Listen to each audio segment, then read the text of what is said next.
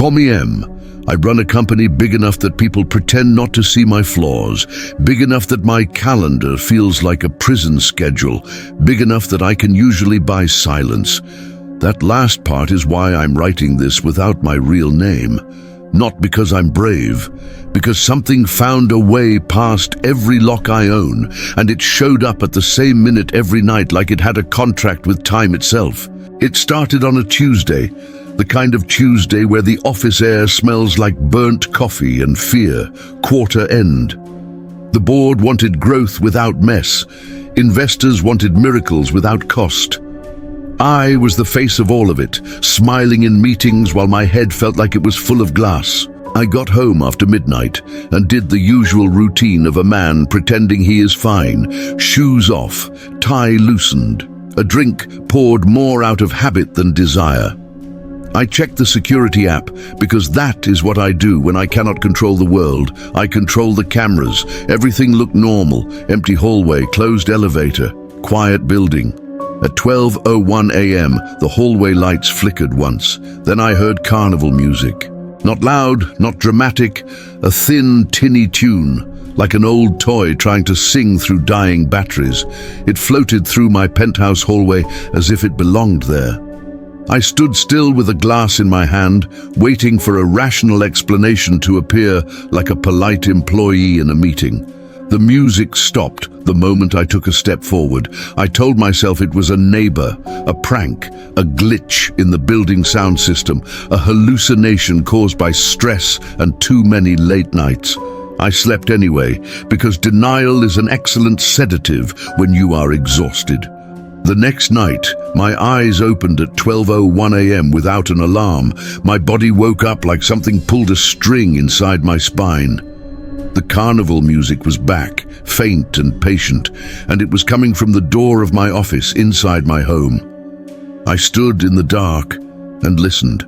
The tune felt closer than it should, almost intimate, like it was playing for me alone. I reached for the handle, stopped, then forced myself to open the door. My office was dark except for city lights spilling through the windows.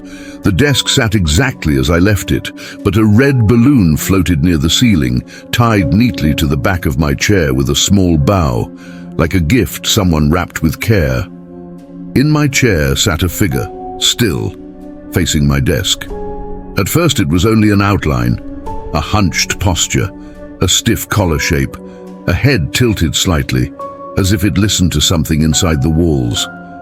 I felt my mouth go dry. My skin tightened across my arms. The balloon bobbed once, gently, as if the room breathed. The figure turned slowly. It was a clown, not a birthday clown, not a silly clown. This looked like a photograph from another century that somehow learned how to stand up. White paint cracked like old plaster, a mouth painted into a smile that did not feel happy, more like a wound forced into a curve. The suit was faded, damp, and strangely heavy, the stripes stained as if rain and smoke had soaked into them and never left. The eyes were human. That was the worst part. Real eyes inside the paint, staring at me with the calm focus of someone who already knew my schedule. The clown spoke in a quiet, reasonable voice, the kind of voice that could sell you anything. It addressed me as the chief executive. My chest went tight. Nobody called me that in my home. Not friends, not family, not staff. It sounded like a label on a file. I stepped back on instinct, and the floor creaked under my heel. The clown tracked the movement with its eyes like it watched a number change on a screen. I demanded to know what it wanted. My voice came out rough. The clown did not move fast. It just lifted a gloved hand and pointed toward my laptop. The laptop was open. I knew I had shut it earlier. On the screen was an email draft addressed to my board, already typed, as if someone had been waiting patiently in my chair while I slept. The subject line was a blunt sentence about counting the dead. A cold wave hit my stomach. I slammed the laptop shut, and in that instant every light in the office went out. The balloon snapped with a sharp crack that made me flinch hard enough to stumble. When my eyes adjusted to the city glow again, the chair was empty. The clown was gone. No footsteps, No door sound, no sign of anyone leaving. My security system showed nothing. The cameras showed an empty hallway. My locks were still locked. My windows were still sealed. I stood there shaking like a man who had just watched the rules of his world dissolve. The next morning, I did what powerful people do when something threatens their sense of control. I tried to bury it under work. I stacked meetings, I spoke crisply, I used language like alignment, execution, risk mitigation. I smiled at people. I joked in elevators. I performed confidence so well that even I almost believed it. But I kept checking the time, and every time I saw 12 wire, my stomach turned. That night I decided to beat the fear with logic. If this was a home-based trick, it would not follow me into a secured corporate building filled with guards and cameras. So I stayed late at headquarters on the executive floor, alone, except for a security guard 2 floors down. At 12:01 a.m., carnival music started in the executive corridor. I froze in my office doorway. The lights in the hallway should have been dim because of motion sensors, but they were bright, fully lit, like the building was hosting a party no one invited me to. I walked out slowly. The music grew louder near the main conference room, the room where we celebrated acquisitions and sold hard decisions as strategy. The room where I once stood at the head of the table and explained layoffs with a smooth voice and clean slides. The conference room door was open. Inside, every chair around the long, polished table held a clown mask, dozens of them. White porcelain faces propped neatly on chairbacks, each with a painted smile and dark eye holes that seemed to stare through me. The air smelled faintly of popcorn and damp cardboard. At the head of the table, in my usual seat, sat the midnight clown. It slid a folder across the table with 2 fingers, like a professional delivering an agenda. I did not move. My legs felt heavy. The clown spoke softly, almost like a coach. It said I loved reports and that it had brought one.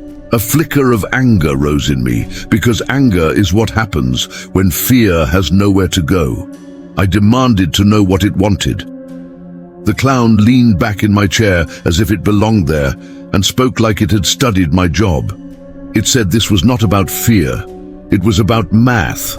It said I counted everything that mattered to me, and I forgot what I did not want to see.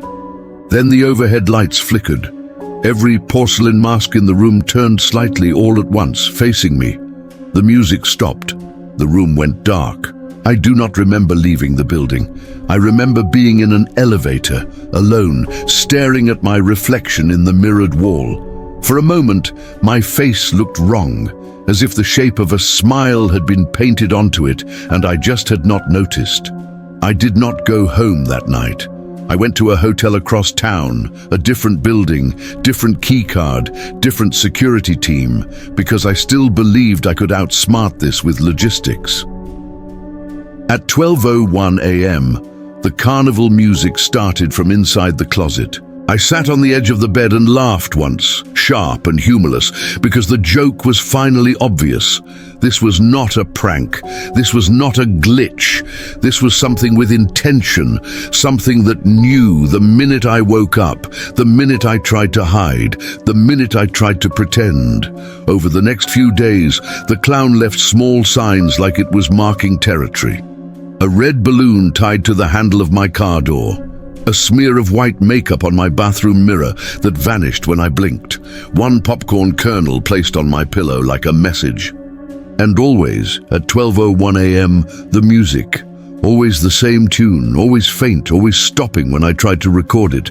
I pulled every lever I trusted. I ordered an IT sweep of my devices. I demanded logs from my building. I had security review footage frame by frame. No intruders, no hacked speakers, no suspicious access. The fortress held, which meant the thing inside the fortress did not care about walls. On the 5th night, I woke to a sound that did not fit inside a luxury home. A soft laugh right next to my bed, not outside the door, not down the hall, inside my room. I sat up so fast my neck burned. The room was dark, my heart hammered in my ears. The laugh came again, amused and patient, like someone enjoying a show. I turned my head. The midnight clown sat on the edge of my mattress like it paid rent. Up close, it smelled like smoke after rain. The gloves were clean, but the fingertips were stained a faint grey, as if they touched ash too often. The eyes looked tired in a way paint could not hide. It spoke gently, almost kindly, as if it had been waiting for me to stop pretending. It told me I was doing my favorite trick, acting like this was about fear. It said again that this was about math.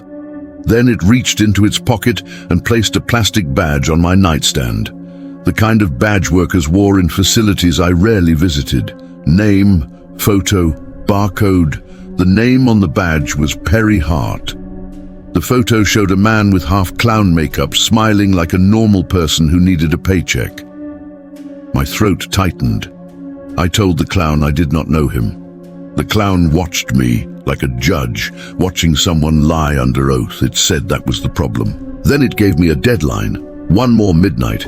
It said that if I did not fix the record, we would change roles. It left without a sound. No door, no footsteps, just gone. That morning, I dug. Not the way executives pretend to dig by scanning summaries. I dug like my life depended on it, because some part of me believed it did. I pulled old acquisition files. I requested incident reports from a facility in the Midwest we had bought years ago, the kind we did not show in glossy annual reports. I demanded every document that included keywords like fire, injury, insurance, settlement. I told my team it was governance diligence.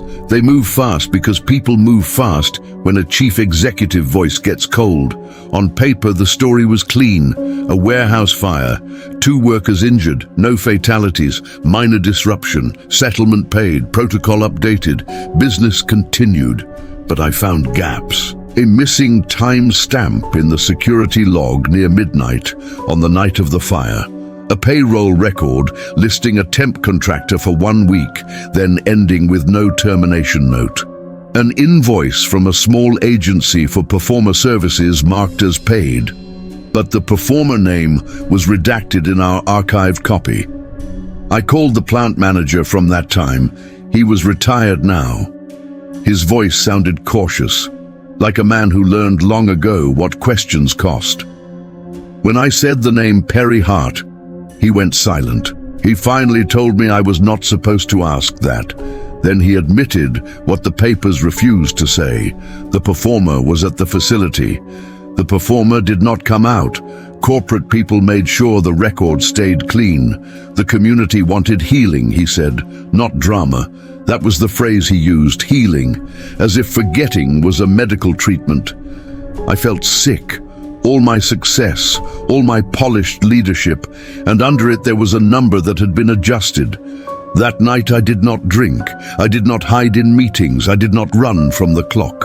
I flew to the facility under a false name and drove through cold, flat land. The building looked ordinary in daylight, which made it worse. Ordinary places hold ugly truths because people assume nothing important happens there. The current plant manager met me at the gate with a nervous smile. I told him we were conducting an unplanned internal investigation. I brought a small security team, not because I thought guns would help, but because I needed witnesses. I needed my own reality confirmed by other eyes. We walked the warehouse floor. I asked where the fire started. The manager pointed toward a renovated storage wing that was sealed and rarely used. At 11:55 p.m., I stood in front of the sealed door. My team waited behind me. The manager entered a code and pulled it open. The air inside felt colder, but not in a normal way. It felt like walking into a place that never warmed up again. Our flashlights cut thin beams through dust. The corridor smelled like damp fabric and old smoke. At 12:01 a.m., the carnival music started. My security lead stiffened and whispered that he heard it too. I nodded. That single confirmation almost broke me because it meant I was not losing my mind. It meant the world was losing its rules. We walked toward the sound. A red balloon floated near the ceiling, perfectly still, as if held by invisible fingers. Beneath it, on the floor, lay a circle of employee badges. Dozens, some old designs, some newer. All face up, all arranged like small plastic graves. My team stopped. One man whispered a prayer. Nobody mocked him. Then the midnight clown stepped out of the darkness at the far end of the corridor. This time it did not sit casually. It stood like a performer ready to begin. The suit looked more burned than before, as if delay kept feeding the fire that made it. The paint on the face was cracked deeper. The eyes were steady. My security lead raised his weapon. His hand shook. The clown spoke calmly, not even looking at him, and told him to put it away. It said it would not negotiate with fire. My security lead looked at me, asking permission to be human. I lifted my hand and nodded. He lowered the weapon. I stepped forward alone, because this felt like my problem to own. I said the name Perry Hart out loud. The clown tilted its head slightly, as if listening. I said I had found the truth and that our records were wrong. The clown moved closer until it stood at the edge of the badge circle. It said, not just him.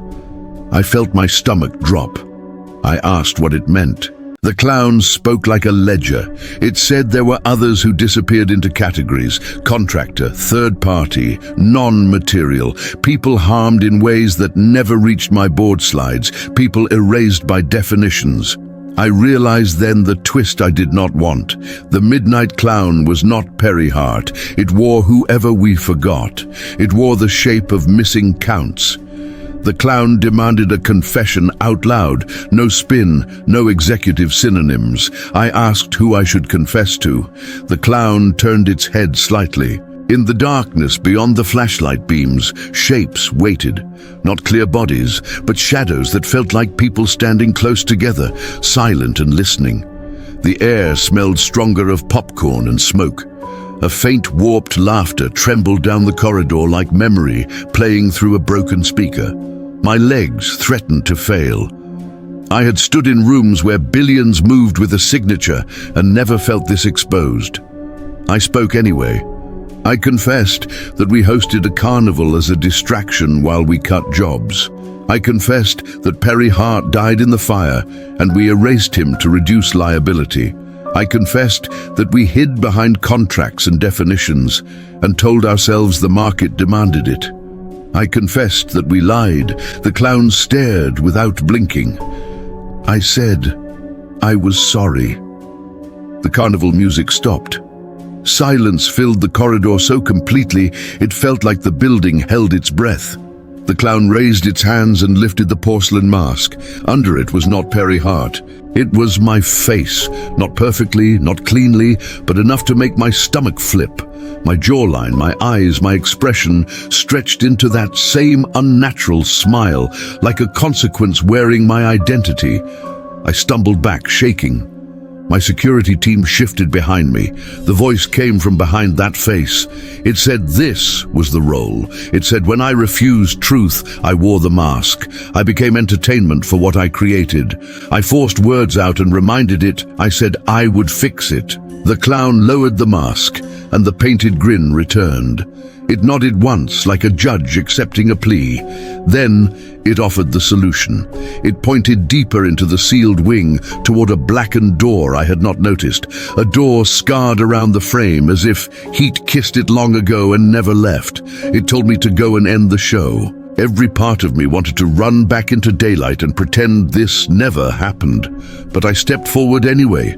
I walked to the door alone while my team stood frozen, watching me like they expected my face to come back painted white. The handle was hot. I grabbed it anyway and pulled. Inside was a small room that looked like a makeshift changing area from the fundraiser years ago. A cracked mirror, a folding chair, soot-stained walls, and in the center, a metal lockbox half melted along the edges. The carnival music played from inside the lockbox. My hands shook. I opened it. Inside were singed photographs of the carnival, kids smiling, face paint, staff in costumes, and on top, one photo made my blood run cold. Perry Hart stood beside a man in a suit, smiling for the camera. The man in the suit was not me. It was the chief executive who came before me, the one the business press still called a visionary. His arm was around Perry like they were friends, like Perry was a prop in a glossy story. Under the photos lay a contract for performer services. The signature at the bottom belonged to that former leader. Under the contract sat a red rubber clown nose, small and cheap, like a joke that outlived the person who wore it. My world tilted. The Midnight Clown had not chosen me because I was the original sin. It chose me because I inherited the lie and kept it alive. I protected the clean record because it protected the brand that protected my career. I walked back into the corridor, holding the contract and the photo. My security lead stared at me, pale. The Midnight Clown waited by the badge circle. I held up the evidence and told it the truth. It was not me, not originally. It was him. The clown did not soften. It said I kept it anyway. I benefited from it. I smiled inside the mirror it bought me. It was right. I told it I would expose it publicly. I would correct the fatality report. I would name Perry Hart. I would release the documents. I would compensate his family properly. I would create a real safety overhaul and independent oversight so a name could not vanish again behind corporate language. I added one more thing because I felt it like a knife. I said I would stop treating people like numbers, starting now. The clown stared at me for a long moment. Then it snapped its fingers. The red balloon near the ceiling did not pop. It vanished, leaving only a faint mark in the dust, like sticky tape had been there. The circle of badges flipped face down all at once, like a crowd finally turning away. The shadows in the corridor thinned, like smoke pulled out through a vent.